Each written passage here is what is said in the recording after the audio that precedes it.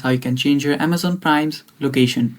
Now, you might want to change your Amazon Prime's location because some movies and some shows might not be available in some regions but will be available in the other ones. So, you might want to do that, but there is no option to do change location in your Amazon Prime. So, what you need to do is you need to change your location from your Amazon account. So first open up your Amazon account, and before I tell you what to do next, you need to go down and subscribe to our channel. And after you've subscribed to the channel, don't forget to hit the bell icon so you get notified when we release our new videos. Now let's get started. Now after you've opened your Amazon.com, you need to hover to your account section. After you do so, if you scroll down a bit more, there you can see content and devices option. Click on that. And after it loads up, you can change your country location from here.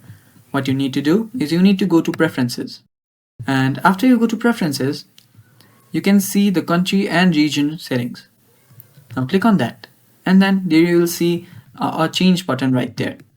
Click on change, and there you can see you need to type in your full name, and then go to the address and fill in your address, and then the city you're in, the state, province, or region, and then its zip code.